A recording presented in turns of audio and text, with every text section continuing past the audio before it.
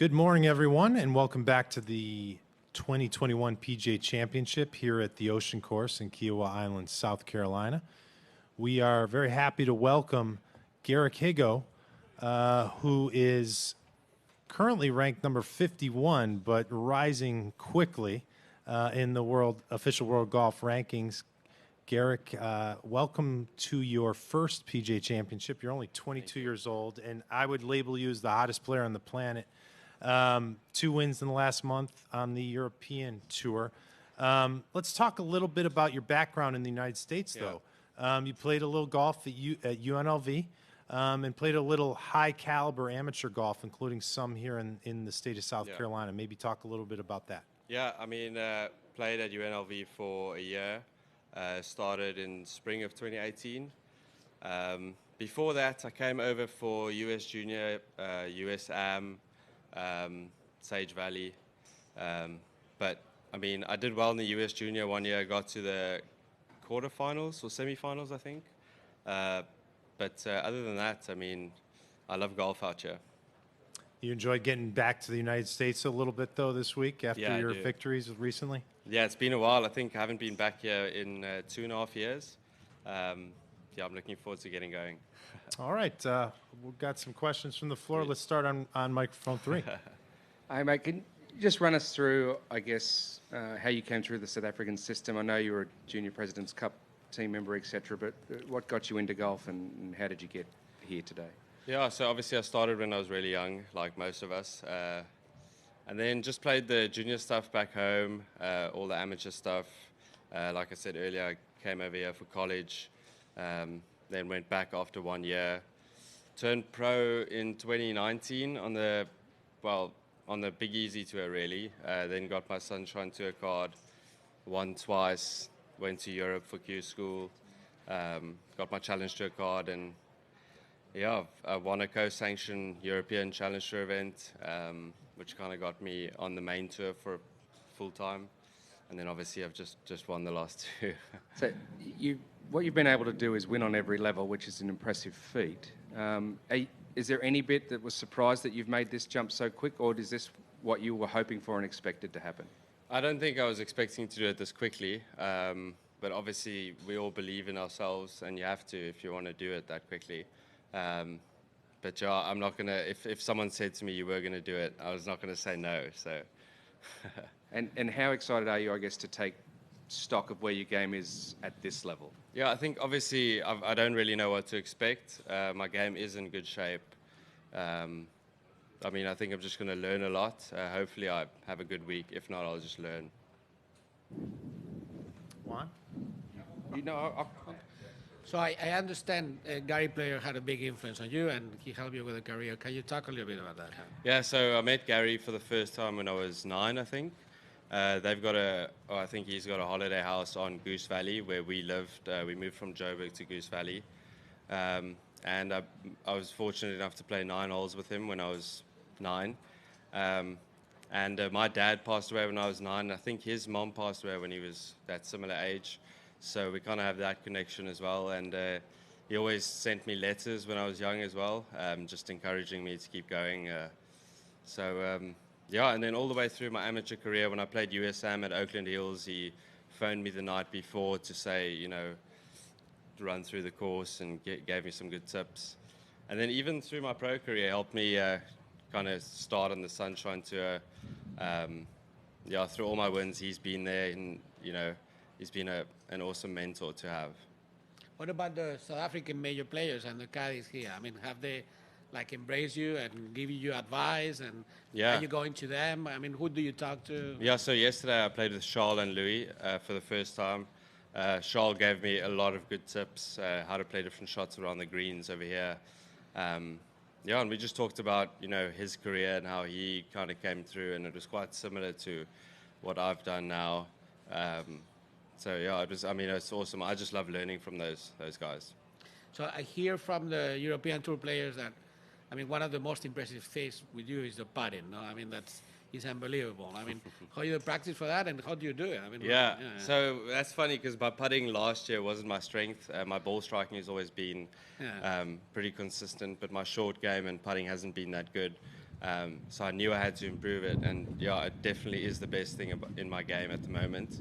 I changed to the Pro V1X instead of the V. I used to use the V, which I enjoyed because it was low spinning. But I feel with the X, I get a lot more spin around the greens, and it's great with putting as well. And then in my putting, I've just been working on speed. I feel like I read a lot of break. So the day that my speed's off, I hit them too firm, and obviously I had a lot of lip outs and stuff. But now I feel like I'm using the whole hole better, which is obviously nice. So there's always a difference between European Tour, I mean, the courses, the mechanics, the spectators, all that, and the US. But I mean, you land in a major. I mean, it's not like you come in and adapt it to US.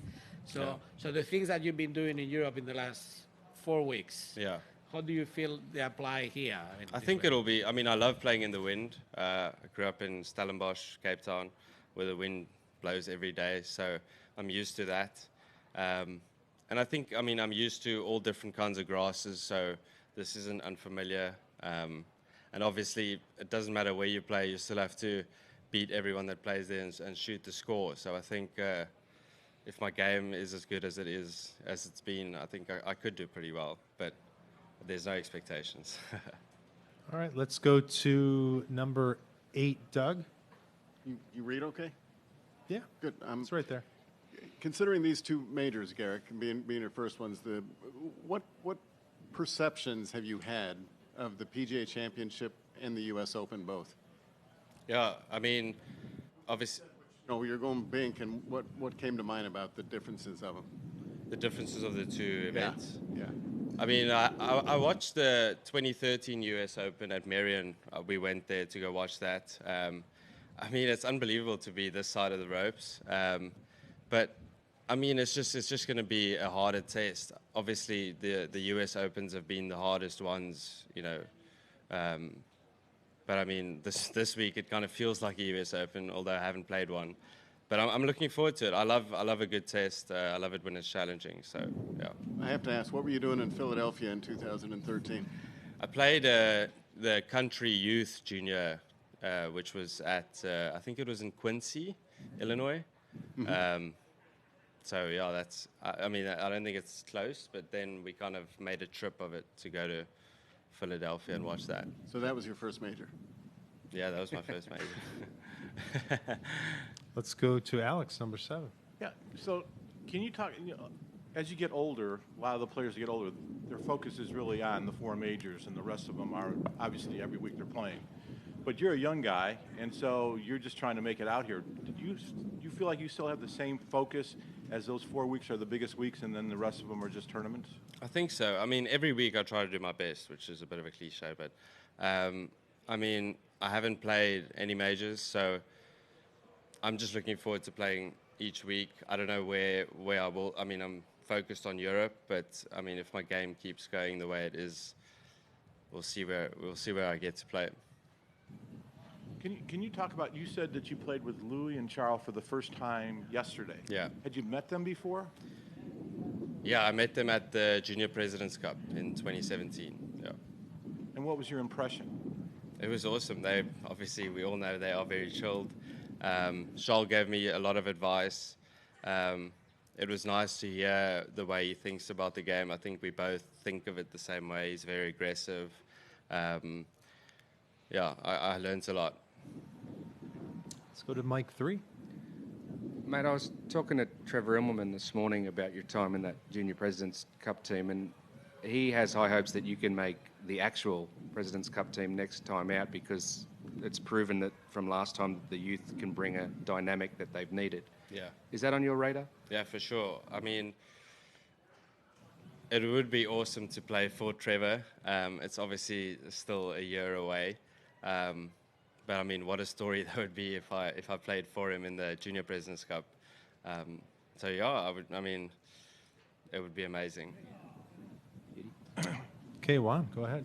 I understand that one of your big strengths too is you are as calm under pressure as you are right now doing your first interview in a major. No, so is that your personality, or is that something you work on? Or Yeah, I mean, it's definitely the way I am. I am very chilled. I think I do kind of show a little bit more chill than I actually am inside. But it's something that you definitely need and that I've learned to do under pressure. So what kind of mental work will you do this week here when things get tough? I mean, just to kind of, I play my best when I enjoy it. So obviously, I'm going to enjoy my first major. So I wouldn't need to work on that. But yeah, just when things go tough, I just try and kind of talk about anything else but golf with my caddy. So we just try and have a good time out there. Out of your 2 wins in the last few weeks, which one impressed you more? I mean, which surprised you more? Was it getting that first one or the fact that you were able to refocus and do it again a couple weeks later? Yeah, it's definitely got to be the second one. Obviously, they both were very impressive. But after my first one last year, I kind of started to play I just started to play poorly, and I think it was kind of, I was expecting to keep going. So it was awesome to just, keep my foot down, and it's something that you need to learn how to do that. So, yeah. All right, we're going to zoom out for a call here with Bernie McGuire. Bernie, good to hear from you. You are with Garrick. John, thanks so much. Gary, good to see you again. I was speaking to you as a fellow lefty when you went out in Canary Islands. I was just wondering what you've seen of the course and the way you shape the ball. Is Kira Island left-handed friendly? I think so. I mean, it's a course that's friendly to anyone that hits it straight. So I don't think it's going to suit a lefty or a righty any better. Okay, and is there some shots out there you think that could suit you, being, hitting the ball from the other side of the club? Maybe. I haven't given it much thought, but yeah, maybe because I shape it.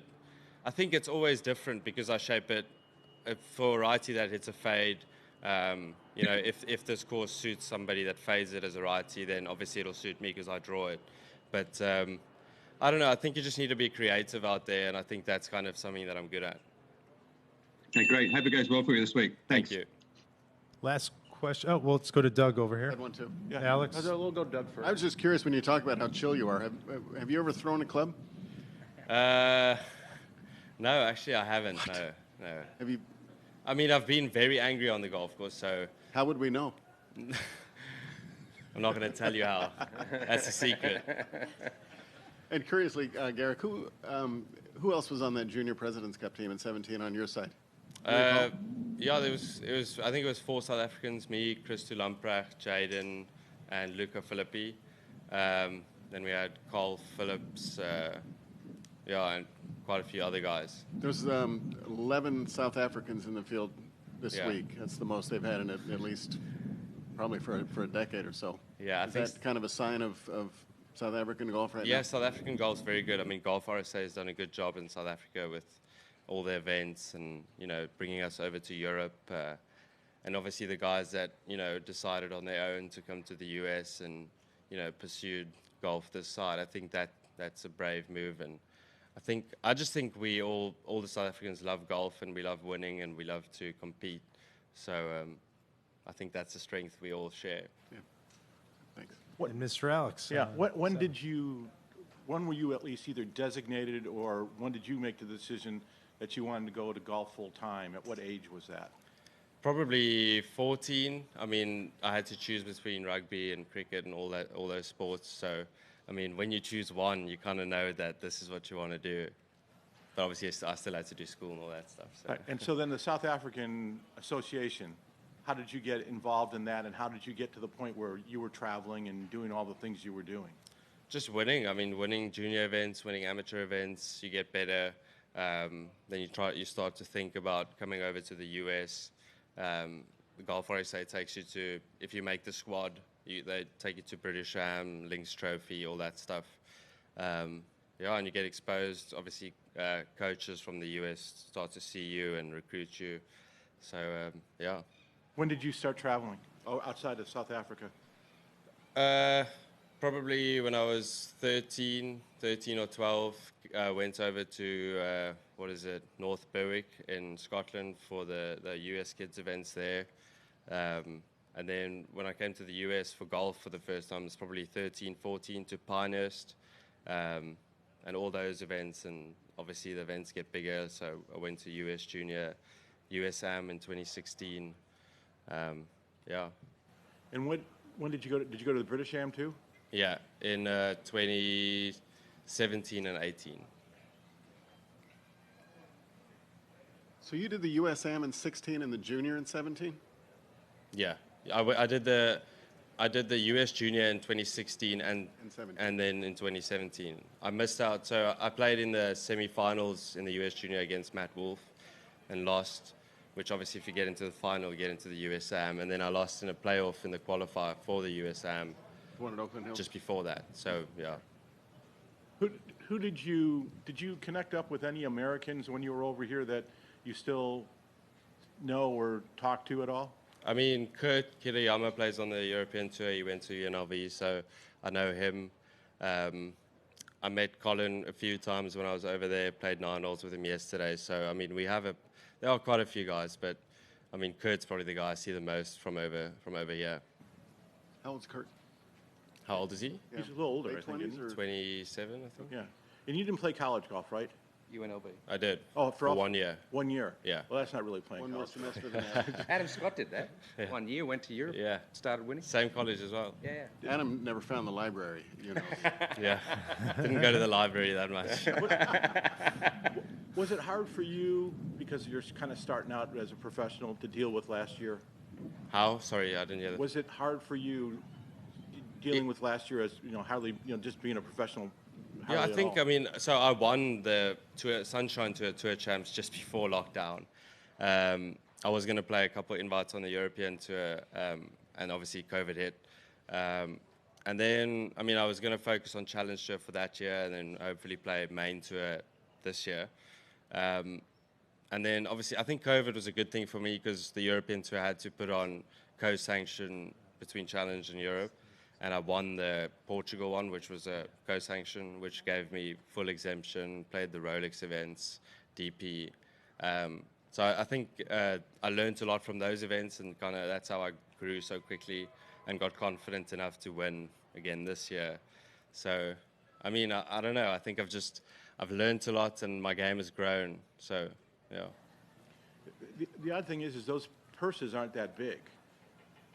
So, Yeah. but does even at your age and your years of experience, which is obviously limited out here, do you even care about what the purses are? No, I don't. Well, I mean, it's not big, but it's if you convert it to rand, it's actually not too bad. So, I mean, a win is a win, isn't it? So it's what it gets you to, you know. So, obviously, from my first pro win on the Big Easy Tour, it's changed a lot. So, yeah. So if it wasn't golf, would it have been cricket or rugby for you? I What think was your second choice? Rugby, even though I'm definitely not big enough to be a rugby player. Cricket just got a little bit boring. But yeah, I think rugby. Okay. What's that? Golf is interesting. Cricket's boring. Golf is interesting. Yeah, well, if you had to field for 5 hours, Yeah. it's a bit Cricket boring, can be isn't it? From a guy who plays more golf than you do, Garrick. Yeah. Thank you. Garrick, Yeah, thank thanks you so for much. joining us. Go Perfect. running Rebels, and Thank you. have a terrific week out here. It's good to meet you. Perfect. Thank you. Thanks so much.